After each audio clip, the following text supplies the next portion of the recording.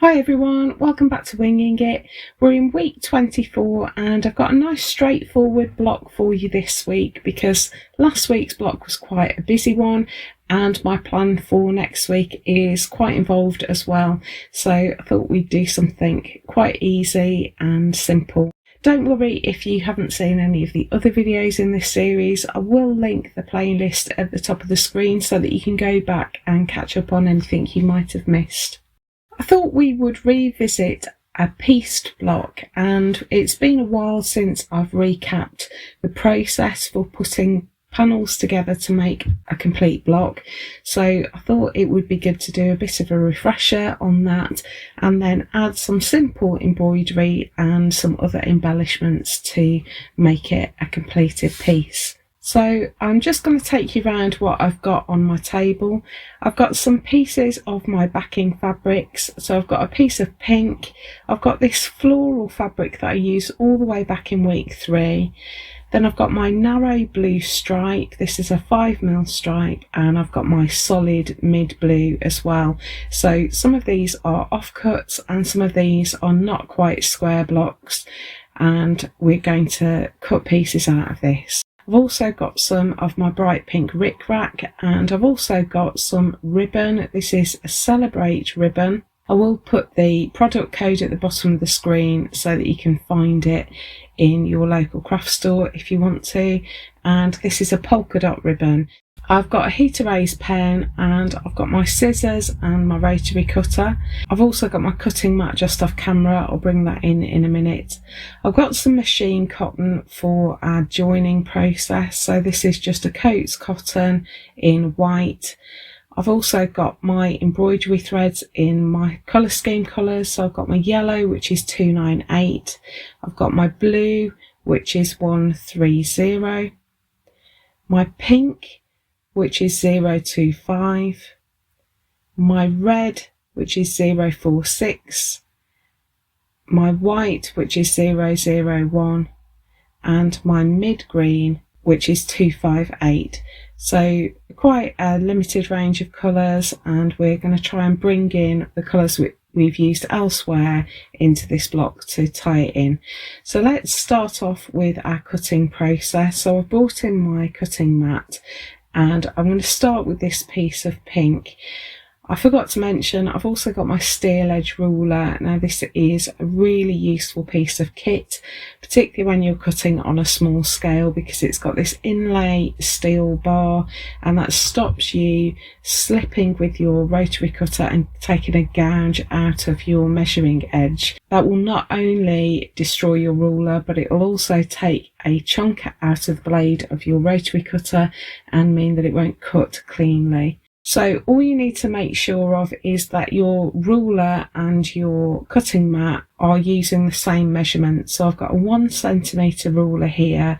Each of these little grid squares is 1/2 centimetre square, and so I can pair the measurements on my ruler with the measurements on my mat if I need to reduce the amount of measuring I need to do. So if you look at my cutting mat, there is a grid of 5cm blocks, and every 5 centimetres there is a thicker line, and I want to find the squarest edge on my piece of fabric, and I want to line that up with the thicker lines on my cutting mat.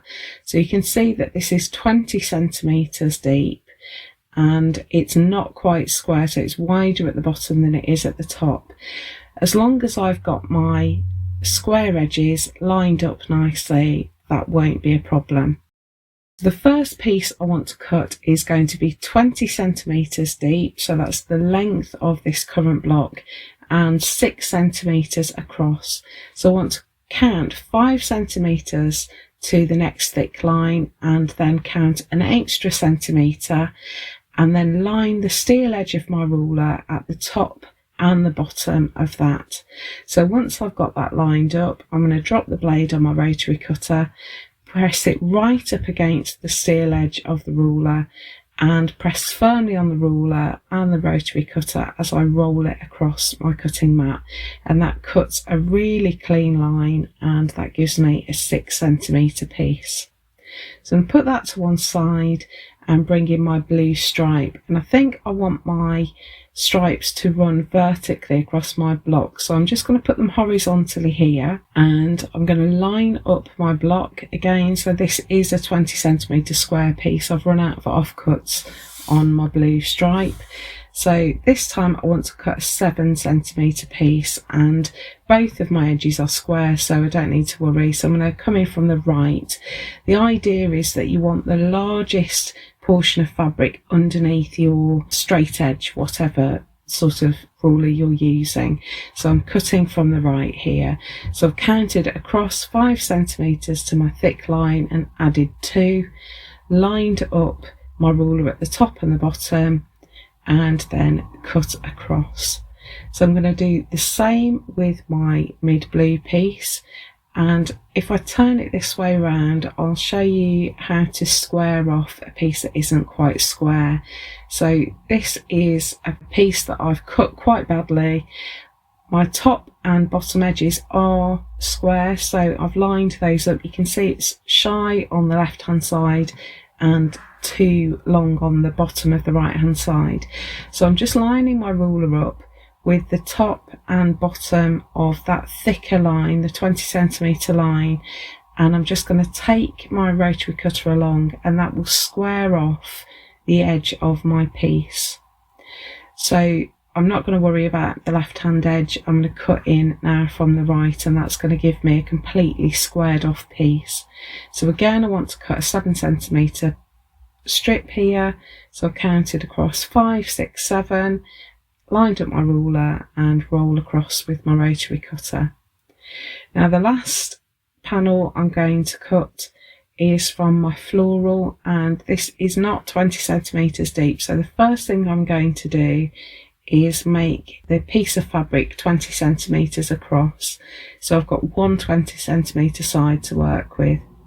So I've lined it up on the left hand side with one of the thick lines, and I'm counting across 4 of the thick lines across, lining up my ruler again and taking off that end strip, and that means that my panel now has one side that's 20cm long. So I'm now going to turn my fabric so that that is the vertical, and I want to cut another 6cm piece now. So again, I'm coming in from the right, so that's 5 and 6, line my ruler up at the top and the bottom of that piece. Always better to count twice, so I'm just double checking there, and press down on my ruler and roll my rotary cutter along, and that gives me my final piece. So now I've got 2 pieces of pink that are 20cm wide by 6cm deep, and then I've got my 2 blue pieces that are 20cm wide by 7cm deep. So the next thing I want to do to just get everything set up is mark seam allowances, and I haven't decided yet which order these panels are going to go in, so I'm quite simply going to line up my ruler 1cm in from the edge of the fabric, and I'm going to draw down with my heat erase pen at that 1cm mark, and I'm going to do that on both sides of each strip of fabric, and then that means I can put them together in any order and they're all prepared. Now we're going to start stitching these pieces together. So I've got 2 pieces, my floral and my mid blue, and the blue doesn't have a right or wrong side, but I want the right side of the patterned fabric facing in. So effectively, if you're using all patterned fabrics, you need to put them right sides together. So I'm just lining up that edge as accurately as I can, and I've got some pins, and I want to pin across the line that I'm going to stitch. So you can see that when I put the pin in, the fabric puckers up, and we want those going counter to the line we're going to stitch, because we don't want to stitch in lumps and bumps into our seam. So it's going to really help keep our fabric flat and lined up. So I'm going to put 4 pins down the length of this, roughly every 5cm, just making sure as I go that the edges stay completely lined up with each other.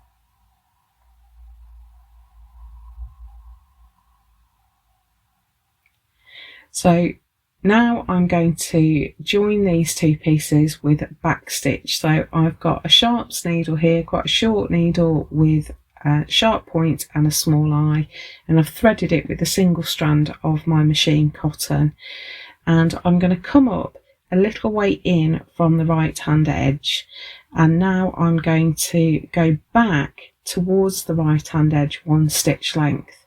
Then I'm going to rock my needle forward so that there's a stitch length beyond where that thread came out. So my needle point is coming out a stitch length further down the line than the thread came out. And so when I pull that through, what that means is that I've got a stitch, then a gap, and then my working thread. And to make my next stitch, I'm going to go back to the end of that first stitch. So I'm going to work backwards across the gap to form my next stitch, rock my needle forward a stitch length, pull through, and then go back to meet the previous stitch. And that's why it's called back stitch, because we're always working back on ourselves to create our stitches. Once your pieces are joined and secure, you can take the pin out, and that's going to mean that your thread isn't going to constantly get caught. I'm going to work my way all along that line in the same way. I've stitched those two pieces together, and I want to now press the seam. Now, with many of our blocks, when we've joined them, we've pressed the seam to one side. We're going to press it open this time. Now, the reason we sometimes press to the side is because if we want to quilt in that join, it's called stitching in the ditch. If we quilt in that join and we've pressed our seams open, we're actually going to be stitching through nothing. I'm going to try and show you. So if I open out that seam and just pull it apart ever so gently, you'll see that we've got open space in between the back stitches that have joined that. And so if we quilt in that join now, we're actually going to be relying just on the stitches to hold our quilting in place. What we do instead is to press our seams to the side, and that means that when we quilt, we're going to be stitching through fabric, not just stitching over previous stitching. Now we're going to be putting some things over these joins, and so we can press our seams open without any problem for this block. I've finger pressed the seams open, and I'm just fixing that in place to press that open, and that means we're not going to get any show through. That darker blue fabric is not going to show through the lighter blue fabric because it's on its own side. So that's my seam pressed open. I'm going to repeat that process now to add the remaining 2 strips. So I'm just deciding which order to put them in. I think I'm going to go with the pink next. So again, I'm going to line up my 2 edges. I want my guidelines facing out so that I've got a guideline to stitch along, and I'm just going to back stitch that together. When they're all joined, I'm going to just press them flat, and that should make a block that is 20 centimetres wide and 20 centimetres deep. So even though we started off with more than 20 centimetres worth of fabric, our seam allowances cut it down to 20.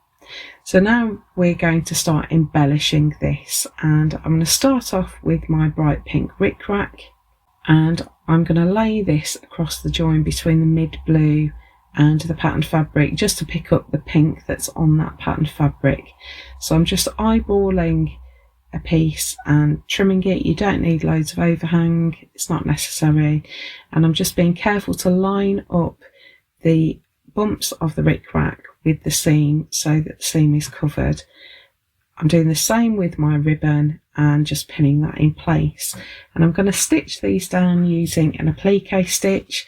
So I've threaded up 2 strands of my blue embroidery thread, and I'm just bringing my needle through both layers, the ribbon and the backing fabric, just inside the little ridge that forms the edge of the ribbon.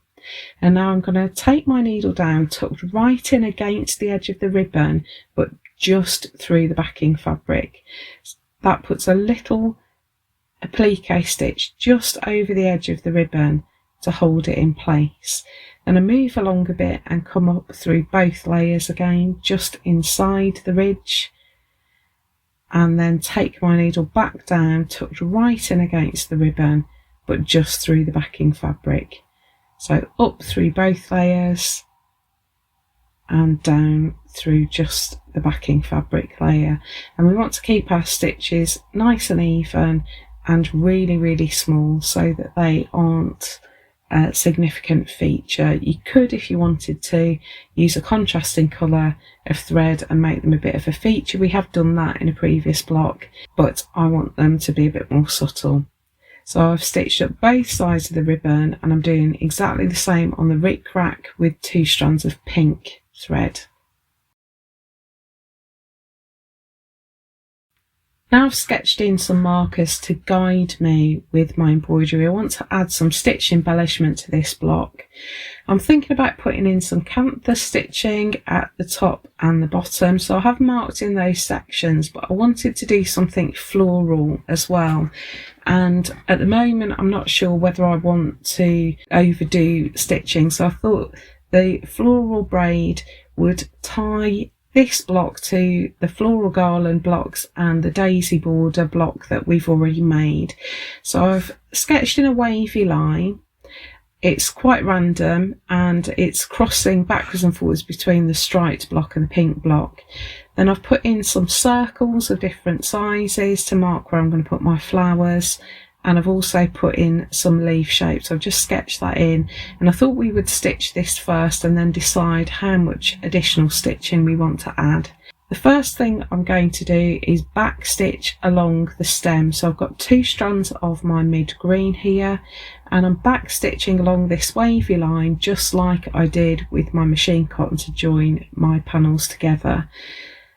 So I'm going along this line. My stitches are about 3-4 millimeters long, and I'm just going to try and follow that line as carefully as I can, but I'm going to do something more to this, so if your stitches are a little bit bumpy or wobbly, it really doesn't matter, because we're going to do something that's going to correct that.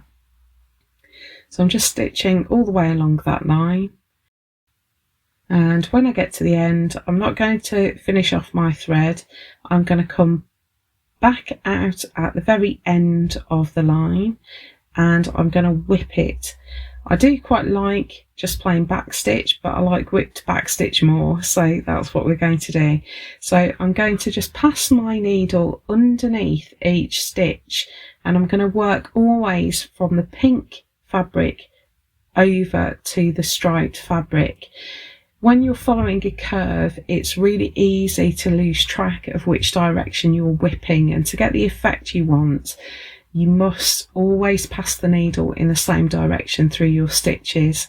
So when you're working with curves, it's always good to think of it as from inside to outside, or in this case, we've got a visual cue with our stripes of fabric. So I'm always going from pink to blue stripe. When I've whipped all the way to the end, I'm going to put in some leaf shapes. So we're going to do an elongated detached chain stitch for this.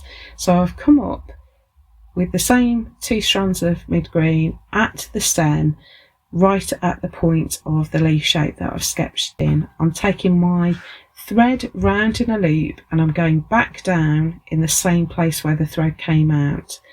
I'm going to rock my needle forward to just inside the end of the leaf shape that I've sketched, and when I pull that, the working thread catches the loop and pulls it into a teardrop shape. Then I'm going to do an elongated anchor stitch to make a little bit of a point at the end of the leaf. So I'm just taking my needle back down a little way away from where the thread's coming out. Then I want to come back up just inside the tip of the leaf and put a straight stitch down the centre of that detached chain stitch to sort of make a bit of a leaf vein down the centre. Now my leaves are quite far apart, so once I've done that, I'm going to just finish off my thread here and save myself having a big trail of thread across the back of my block. Now I can bring my needle back up a little bit further along where my next leaf is and repeat the process. So take my needle through at the stem, round in a loop and back down where the thread came out. Rock my needle forward to just inside the tip of the leaf. Come up inside the loop and pull through to make your chain stitch. Don't want to pull it too tight because I want to keep that rounded shape, and then I'm going to make my extended anchor stitch to make a little bit of a point at the end of the leaf. Then I come back on myself, back up inside the top of the leaf and stitch a straight stitch down to the bottom point back at the stem. And I've got two leaves here that are quite close together, so I'm not going to finish off my thread here. You can just use your judgment. If your leaves are close together, then just carry on. If they're quite far apart, you might need to finish off your thread and then restart it.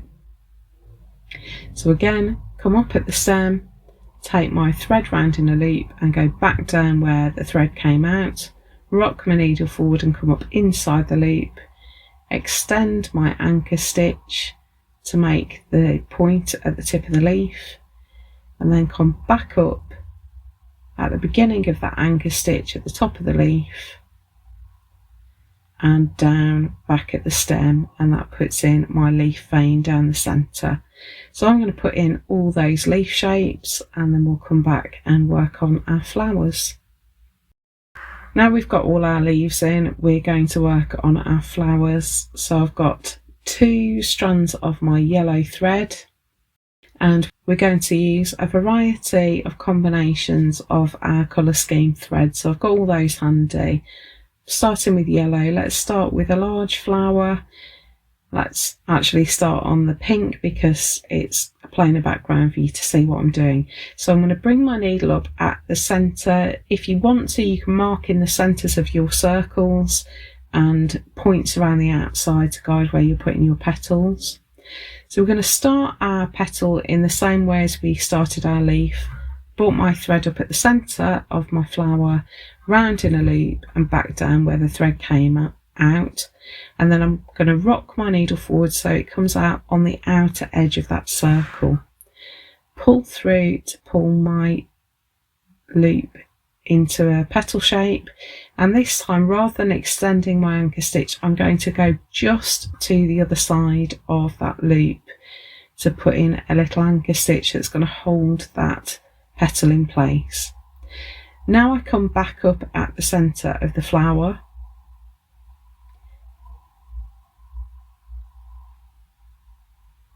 and we're going to turn our work a little bit because we're going to put our next petal at a slightly different angle, working our way round our circle shape. So again, coming back up at the edge of the circle, hopping over the loop to put in our anchor stitch and coming back out at the centre. So I've turned my work again, working this one towards me. It doesn't matter whether you're working your stitches towards you or away from you, it will work just the same. So again, making a petal, hopping over that loop and coming back up at the centre. Now I like lazy daisies with 5 petals, particularly when I'm working on this scale. If I was doing a bigger flower I would put more stitches in, but 5 works really nicely for this one. So I just want to make sure they're evenly spaced around the circle. I'm eyeballing it, but as I say, you can always mark in the points for your petals before you start stitching if you want to. So when I've put in my last petal, I'm going to finish off that thread on the back, and then we're going to put in a flower centre.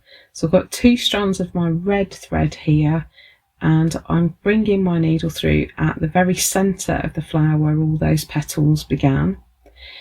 And we've done this before, but I didn't think it'd hurt to do a refresher. So I've got my thread all the way through and I'm holding it taut in my non-dominant hand. So for me that's my left. I'm going to sit my needle horizontally across that thread and I'm going to wrap over the needle. I'm going to do 3 wraps this time, and I want to keep that thread taut Not so tight that my needle can't move, but just tight enough that I can move my needle up and down my thread and it doesn't lose tension and go lumpy.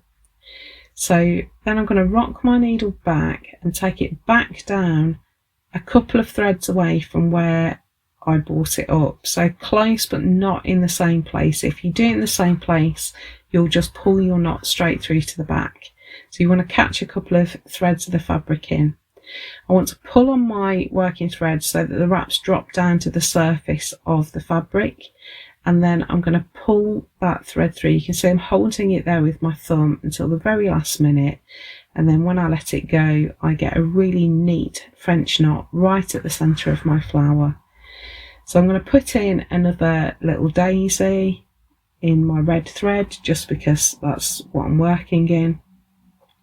So again, 5 petals, rotating around my circle, spacing them fairly evenly. And I've got 2 strands of my pink here, so I'm just going to show you that again. Pull my needle through, thread taut, wrap 3 times with my needle resting on my thread, take my needle back down, holding onto the working thread to keep it taut, keep it tight, and then let it go at the last minute to create a really neat little French knot at the centre. So I'm going to put all those flowers in and then we can come back and see what we think. So here is my finished flower vine across the bottom. I'm loving that, and I think I do want some stitching at the top just to balance this block out. So I'm really simply going to do some canther running stitches. So just to show you where they are, I've marked at 3 centimetres and 2 centimetres, and I'm going to put 6 lines of stitching in between those 2 lines. So I'm starting with my pink. I'm going to make my kind of rainbow like we've done on other blocks. So I've got my 2 strands of pink and I'm just adding a running stitch along that line, just rocking backwards and forwards through the fabric, trying to keep my stitches nice and even as I go along. I always think running stitch looks better when the spaces between the stitches are shorter than the stitches themselves, but you do you. Now I've got 2 strands of blue, and then I put in green, yellow, red, and I finished with a line of white just to brighten it all up. So here's our finished block. We've got our canther rainbow at the top, our rickrack and ribbon covering our seams, and then we've got our little floral vine at the bottom. This one's going to be a little bit of a spacer block, a little bit more spacious, less busy than some of our applique blocks, to just give our eye places to rest around our quilt. So I hope you've enjoyed that. Do share your flower vine blocks at hashtag FSH23quilt, and that way we can see everyone's blocks together. If you've enjoyed working on this block together, please do give this video a like. It really helps us out more than you can imagine. It helps loads of other people find our videos and really helps our channel to grow. If you want some other projects like this, I'll link some videos over here, and if you'd like to subscribe, it would mean the absolute world to us. Just click on our logo down here. It makes it really easy for you. Thanks so much for watching. Have a great week making your floral vine block, and I will see you in the next video. Bye.